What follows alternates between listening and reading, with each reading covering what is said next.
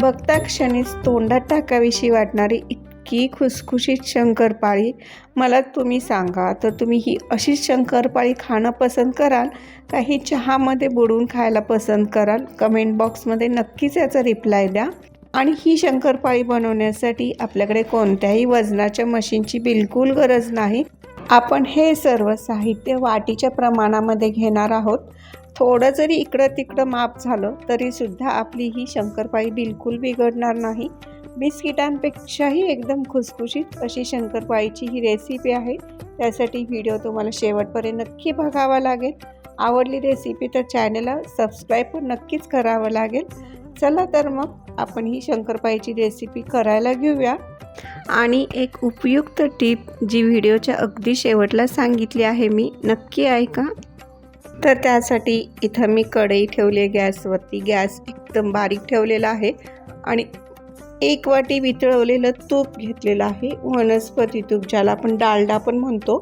त्यानंतर तितकंच वाटीभर मी पाणी घेतलेलं आहे आणि तितकीच वाटी भरून इथं मी साखर घेतलेली आहे. साखर कमी जास्त गोडीनुसार केली तरी चालेल. आता हे सर्व साहित्य आपल्याला फक्त एकजीव होईपर्यंत आणि यातील साखर विरघळेपर्यंतच हलवून घ्यायचं आहे. ह्याला उकळी येऊ द्यायची नाही. सतत हलवून ह्याला पूर्ण एकजीव करून घ्यायचं आहे. गॅस बारीक ठेवायचा. अशा पद्धतीने जर तुम्ही शंकरपाळी केली ना तर बिलकुल पण फसणार नाही. आता इथं सर्व मिश्रण एकजीव पण झालेलं आहे. गॅस पण आता बंद केलेला आहे मी. आता याला थंड होऊ देऊया. आणि अगदीच घाई असेल, थंड होण्यासाठी वेळ नसेल तर हे आपण मिश्रण परातीत ओतून घेऊया की जेणेकरून ते पटकन थंड होतं. आता आपण याच्यामध्ये घालणार आहोत मैदा. तर तो मैदा किती घ्यायचा ते आपण पण अंदाजानेच ठरवतो आहे. मी तुम्हाला सांगते शेवटी की किती याच्यामध्ये मी मैदा घेतला. आणि हे जे मिश्रण आहे ना ते पहिलाच चेक करायचं की थंड झालं आहे की नाही. अगदी थोडंसं कोमट असेल तरी चालेल. यामध्ये जितका मैदा बसेल तेवढाच मैदा घालायचा आणि अशा पद्धतीची ही कणिक तयार झाली पाहिजे. जास्त मैदा घालायचा नाही. साधारणतः आपण सर्व जिन्नस 3 वाटी इतकं घेतलेले आहेत. तर त्याच वाटीने इथे 4 ते 4.5 वाटी इतका मैदा यात मावू शकतो. आणि अशा प्रकारची एकदम मऊसूत अशी ही शंकरपाळीची कणिक तयार झाली पाहिजे. याला भिजवून ठेवली तरी चालेल, नाही भिजवता ही पटकन शंकरपाळी आपण इथं करायला पण घेतोय. नेमका कणिक मळताना व्हिडिओ ऑन करायचं राहून गेलं तर अशा पद्धतीने ही कणिक सुपर सॉफ्ट अशी तयार झाली. तुम्हाला वाटेल की बाई शंकरपाळी फसतात की काय, तर असं काही नाही होणार. त्यापैकी आपण एक गोळा काढून घेतला, हातावर परत एकदा व्यवस्थित मळून घेतला. आता आपण हे लाटून घ्यायचं आहे. लाटताना थोडंसं हे जडत जातं कारण मैदा आहे शेवटी, तो जितका लाटेल तेवढा आकसून येत राहतो. तर अशा पद्धतीने हे लाटणं फिरवत राहायचं म्हणजे पटकन ही पारी लाटली जाते. आणि जर का तुम्हाला इथं लेयर्स खूप असलेल्या शंकरपाळ्या करायच्या असतील तर ह्या लाटीला आपण जशी चपातीला घडी मारतो तशा पद्धतीची घडी, त्रिकोणी घडी, चौकोनी घडी करून परत एकदा व्यवस्थित अशी पोळी लाटून घेऊ शकता. त्यामुळे पण खूप लेयर्स येतात आणि असेही केले तरी पण आपली शंकरपाळी तितकीच खुसखुशीत होते. मी नेहमी अशा पद्धतीनेच करते.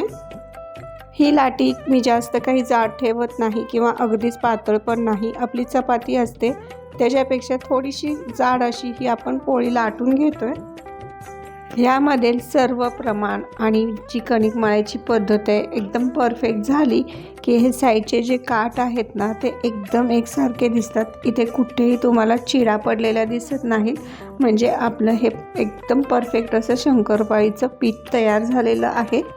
आणि ही पोळी आता आपण डायमंड शेपमध्ये किंवा चौकोनी आकारामध्ये, कसे तुम्हाला शंकरपाळ्या हव्या असतील त्या आकारामध्ये इथे कट करून घेऊयात. मी हे कडेचे जे काठ असतात ते असे अलगद सुरीने बाजूला करून ठेवते म्हणजे एकसारख्या आकाराच्या ह्या शंकरपाळ्या तयार होतील. साधारणतः इतक्या जाडीची ही शंकरपाळीची लाटी इथं लाटलेली आहे मी, इथे तुम्ही पाहू शकता. अशाच पद्धतीने आपण बाकीच्या पण शंकरपाळ्या कट करून घेऊयात. आणि मी इथं तेल पण गरम करायला ठेवलं होतं आधीच. जो झारा आपण तळण्यासाठी वापरतो त्याच्यामध्ये हे सर्व शंकरपाळी टाकून घेऊया आणि हाच झारा अलगद आपल्याला तेलामध्ये सोडायचा आहे. अशा पद्धतीने तेल एकदम साधारण गरम असावं. तरच ह्या शंकरपाळ्या सोडायच्या. शंकरपाळ्या पण तितक्याच नाजूक असतात आणि एकदम मीडियम आचेवरती ह्यांना सतत हलवत तळायचं आहे. टाकल्या पटकन नाही झारा घालायचा. 1-2 मिनटानंतर याला झारा घालून हलवून घ्यायचं. फक्त हे साईडनी झारा हलवायचा आहे, इकडून तिकडून फक्त ह्याला फिरवायचं आहे झाऱ्याला. बाकी शंकरपाळी व्यवस्थित तळली जाते सर्व बाजूंनी. मंद आचेवरती 5 ते 6 मिनटं व्यवस्थित ही शंकरपाळी तळून झाली. तुम्ही इतके बघू शकता, लेअर पण खूप सुरेख आलेले आहेत, सुगंध पण तितका छान दरवळतो आहे. टीप अशी आहे की जी आपण कणिक मळतो ती कणिक न मळता फक्त मैदा मिक्स करून त्याचा गोळा बनवून घ्यायचा आणि नंतर जेव्हा शंकरपाळ्या करतो तेव्हा ती व्यवस्थित मळून घ्यायची.